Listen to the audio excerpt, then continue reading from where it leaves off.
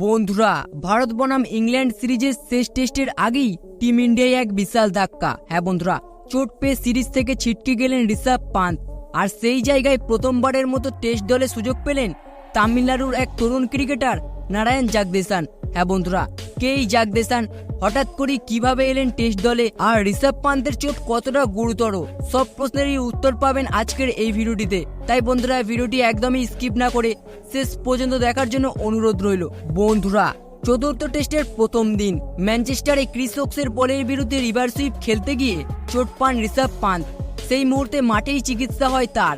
তবে ম্যাচের পর স্ক্যান রিপোর্টে ধরা পড়েছে তার ডান পায়ের আঙুল ফ্র্যাকচার হয়ে গেছে। এরপরই বিসিসিআই জানিয়ে দেয় পান্ত পঞ্চম টেস্ট খেলতে পারবেন না এবং পুরো সিরিজ থেকেই ছিটকে গেছেন তিনি।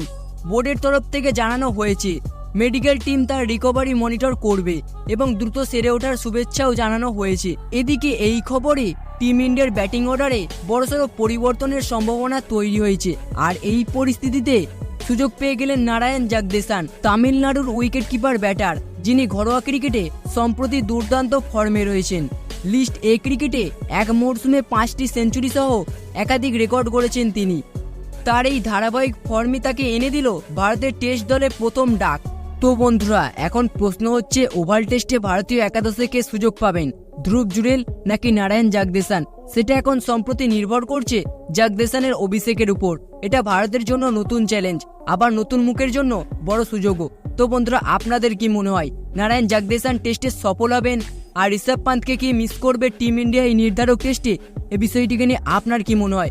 আপনার মূল্যবান মতামতটি অবশ্যই কমেন্ট বক্সে লিখে জানাবেন। তো বন্ধুরা, ভিডিওটা দেখে যদি একটু ভালো লেগে থাকে তাহলে ভিডিওটিতে অবশ্যই একটু লাইক করে দেবেন এবং চ্যানেলটিতে নতুন হলে অবশ্যই চ্যানেলটি সাবস্ক্রাইব করে দেবেন। ধন্যবাদ।